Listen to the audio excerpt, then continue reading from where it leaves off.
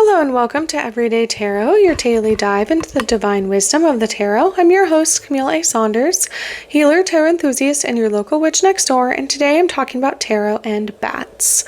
Whether you're a seasoned tarot reader or just starting to explore, this podcast offers daily insights, intuitive messages, and practical advice drawn from the cards. Each episode is designed to help you connect with your inner wisdom, find clarity in your decisions, and tap into the energy of the universe. Tune in every day, Monday through Friday, for fresh perspectives and empowering guidance from the tarot as interpreted by me.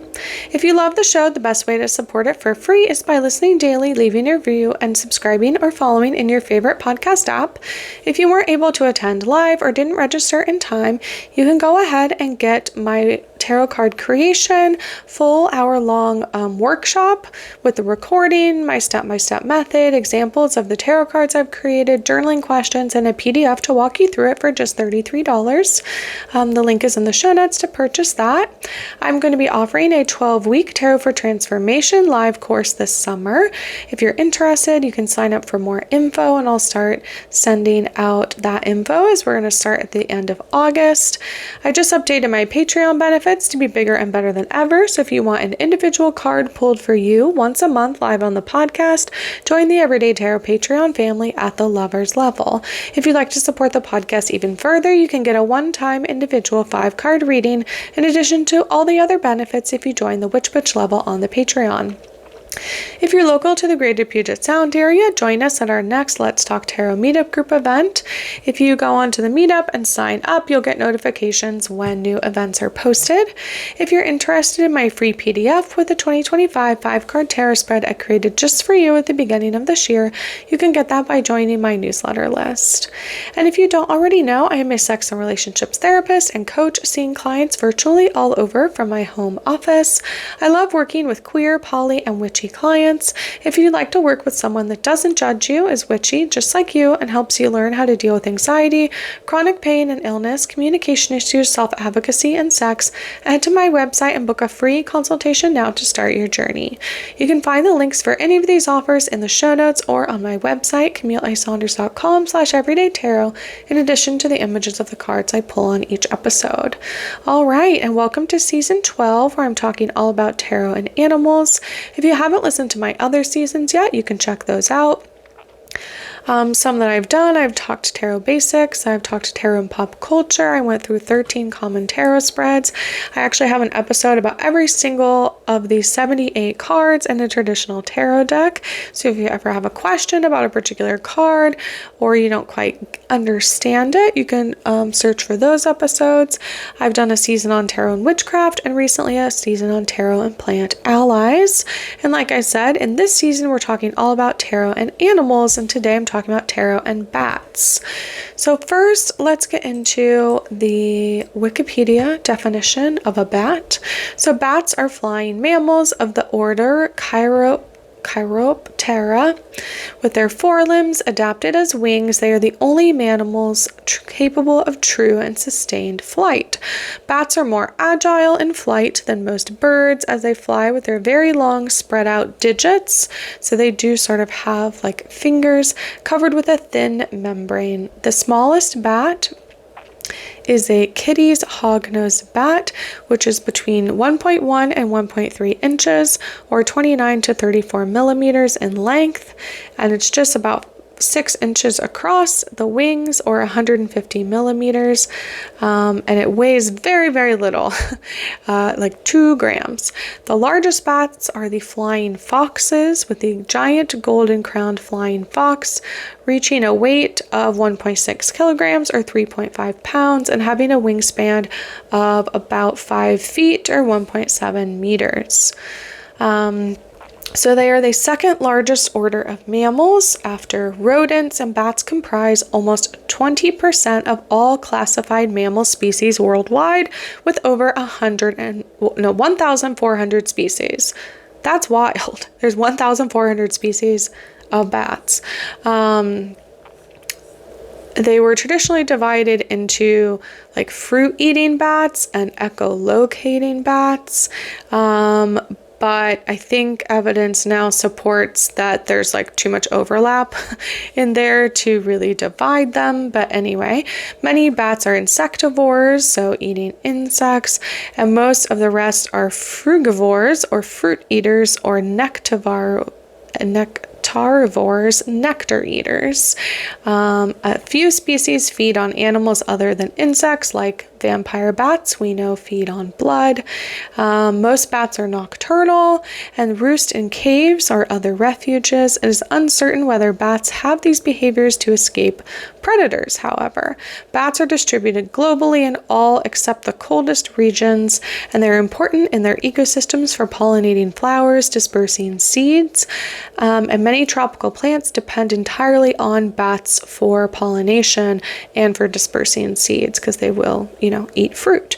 Globally, they transfer organic matter into cave systems and arthropod suppression. So again, they eat things that are in there, so they help maintain the ecosystem of caves. And insectivory by bats in farmland. So again, bats eating insects in farmland constitutes an ecosystem service that has a paramount value to humans. Even in today's pesticide era, natural enemies account for almost all pest suppression in farmed ecosystems. So yay, bats. They help eat things that would eat the crops that we so want to eat. Bats also provide humans with direct benefits, as well as at the cost of some disadvantages. Bat dung has been mined as guano from caves and used as fertilizer. Like we said, bats consume insect pests, reducing the need for pesticides and other insect management measures. They also are predators of mosquitoes, so they help keep down mosquito-borne diseases. And bats are sometimes numerous enough and close enough to human settlements to serve as tourist attractors, right? So sometimes people will travel just to see them, especially when they emerge all at once, and they are also used for food in some places. Sometimes fruit bats are considered pests by fruit growers, but let's see what else. Bats are sometimes a natural reservoir for many pathogens like rabies, which is one they are known for because they're highly mobile, they're social, and long-lived. They can easily spread disease among them, and if humans interact with bats, that can become potentially dangerous to humans. But for the most part, bats don't want to interact with humans. Again, right, if a bat ends up in your house or outside your house, like in eaves, things like that, it can be a bit more challenging to get rid of them. But anyway, they mostly just want to eat their insects in peace. What else? Depending on the culture, bats are symbolically associated with positive traits, like again, protection for certain diseases or risks, rebirth or long life. But in Western culture, bats are popularly associated with darkness, witchcraft, vampires, and death. So very interesting that the symbolism varies so much across the world. Let's talk about symbolism associated with bats, like we said. So on TanyaCastile.com, they talk about bats as being about renewal. It says, some messengers shine light, bat thrives in the dark. They arrive when you're ready to trust what you can't yet see, guiding you through change with quiet precision. The bat's nocturnal habits and intense periods of hibernation reflect the experience of feeling exhausted and the need for renewal. When bats rest, they do so fully, conserving energy to fuel their dynamic lives once awake. This invites us to honor our need for rest and recovery. If you're feeling depleted, follow the bat's wisdom by creating uninterrupted space for restorative sleep and solitude. Protect your downtime fiercely because it's the foundation for regaining energy and creativity. Just as bats emerge renewed and ready to navigate their environment, you too can rise from periods of rest with a refreshed perspectives and renewed strength. Bats possess an extraordinary awareness, utilizing all their senses to navigate the dark and adapt seamlessly to changing circumstances. Their echolocation enables them to detect the finest details, symbolizing the ability to see through illusions and uncover hidden truths. With this heightened perspective, bats remind us that things are not always as they seem. When you feel uncertain or overwhelmed, trust your intuition to guide you. Like the bat, hone your ability to tune into subtle clues and adapt when the timing is right. Their unique echolocation is an intricate blend of hearing, speaking, and seeing all at the same time. It speaks to a deeper level of awareness that transcends the physical realm. By developing your own heightened perception, you can uncover hidden opportunities, refine your unique talents, and guide others with clarity and wisdom. Communication is another of the bat's gifts. Their ability to tune into conversations and steer them intentionally is a testament to their cleverness and agility. This symbolic lesson invites you to approach communication with mindfulness and purpose. Whether in personal relationships or group dynamics, practice guiding discussions constructively to foster understanding and alignment.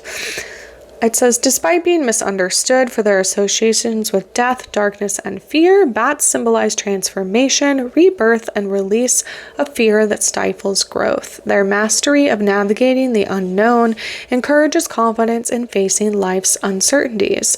Just as bats move seamlessly between worlds, you can trust your senses and inner truth to transition gracefully through life's challenge and changes. All right, so let's get into bats and their relation to the tarot. So in the Wild Unknown Animal Spirit deck, there is a bat in there, and I pulled up a website talking about that card. So if you have that deck, you can look in the guidebook. But it says, okay, the bat. It's a feared creature, misguidedly associated with death and Dracula. Only vampire bats suck blood, and they seem to prefer the blood of cows. Most bats don't have rabies, and they won't get tangled in your hair. They use echolocation and sight to figure out the world around them. Let's see what else. They are the masters of the night, generally live in colonies, and have been known to feed sick and elderly bats. Some species even adopt orphaned bats. Their species has a wide diet. Let's see what else. It says the bat cave is a sanctuary for this creature, a place of safety. Also, their nighttime life ties them to the moon, as we've seen with like moths. This associates them with the realm of the unconscious, our fears, our emotions, and mystery, which is very interesting because, again, when we think of some of the negative associations with bats, it is that like fear, darkness, mystery, like Dracula, that get associated with it. So bats, right, they go into caves as a place of safety. That's where they sleep. But for us, going into the darkness is associated with fear, entering the unconscious, the darker, unknown parts of ourselves. Our fears can act as protectors. For example, a fear of a shark means you probably won't go swimming with them and thus won't get eaten by one, but they stop us looking at painful parts of our lives. But fears can also be irrational, and they hinder us rather than keep us safe. Entering the cave can help us understand our fears and our unconscious mind. In the Wild Unknown Tarot, it says the bat is associated with the Hanged Man card. Hanging upside down is used in shamanic initiations and rituals as a way of retrieving enlightenment. The card is about changing your perspective and literally looking at things upside down like a bat. Very cool, because that actually did not come up in any of my decks, but I like that in this one. So in my decks, I pulled 3 different decks with 3 sort of depictions of bats on them. We have the Anima Mundi Tarot deck by Megan Wyrewenden. We have the Therapisto Tarot deck, prompts by Drea Bloom and images by Rebecca Bloom. And then the Desert Illuminations Tarot deck by Lindsay D. Williams. In the Anima Mundi deck, we have the Eight of Swords as being depicted with a bat on them. In this deck, swords, because they are an air sign, all of the cards are depicted as different animals. So here it says what's depicted is a flying fox bat. You may feel restricted, powerless, and these are things that you have imposed upon yourself. You may have to face a difficult decision, but you must release the constraints before doing so. Be honest with yourself. So it's about self-imprisonment, isolation, restriction, and being powerless, which is very interesting because the next card that I pulled is from the Therapist Who Tarot deck, like I said, and this one is the Devil card. So I would say it's like loosely depicted as a bat, right? Sometimes if you see the Devil card, it's like a humanoid figure, but like depicted with like bat wings, or, you know, perhaps angel's wings, but they're dark. But this one like really sort of looks like a bat. And on here, and I think often the Devil card is depicted, right, with like a devilish figure, and then humans that are chained to the devil.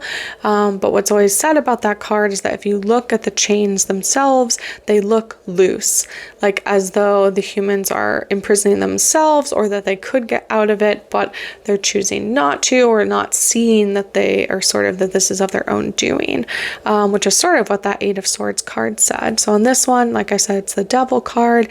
It says greed. On the back, it says, what makes you sad? What is it time to grieve? And what should you stop tolerating?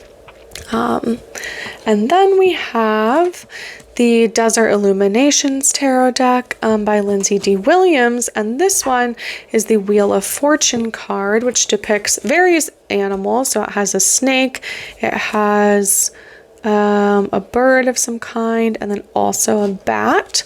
I'm gonna see if it tells me what. I pulled this card the other day associated with the snake, I think. So it'd be interesting to think about it from the perspective of the bat. Yeah, it says a fancy and mysterious Wild West croupier spins a roulette wheel accompanied by animals and symbols that represent all the different aspects of the universe that can be randomly served up. As the wheel turns, where will the pill land? Will it bring luck, despair, success, misfortune? It is all a gamble in the game of life. The Wheel of Fortune serves as a symbol that life continues to cycle through periods of darkness and through fortune or misfortune. You only have so much control over what the universe will throw your way. The good news is that you can adapt and react to these situations however you see fit. So interesting that this also like kind of goes in between. Right, like it can be good or bad. It can be seen sort of either way, and just that you're not really sure what you're gonna get in that sense. In the same way that bats are kind of on this like transitionary, or right, they come out at dusk sort of and go back to bed at dawn, also in transition times. So very interesting. All right. Let's dive in and see what the cards have to say today, or what message bats have for us to add to what we've talked about. And I'm going to pull from the It's Grow Time deck, 48 cards for Do Good, Feel Good Business Owners by Chantel Davis Gray. This deck just came out. I believe... yeah, that it sort of officially launches on August 1st, actually. I was able to get a copy early. I did pay for it myself, but I've been using it and it's been very fun, especially as a business owner. But let's see what message in here is from bats. It says, I release what is no longer serving me. My energy is sacred. I like that. So again, we have a lot of release messages, right? On the Devil card, it talks about grieving and what should you stop tolerating. The Wheel of Fortune card, we had this sort of like cyclical nature of like, okay, if you're going through bad times right now, it'll get better. And this card, right, is telling us we have to release things that are no longer serving us, and that my energy is sacred, right? That I don't have to deal with things that aren't serving me anymore.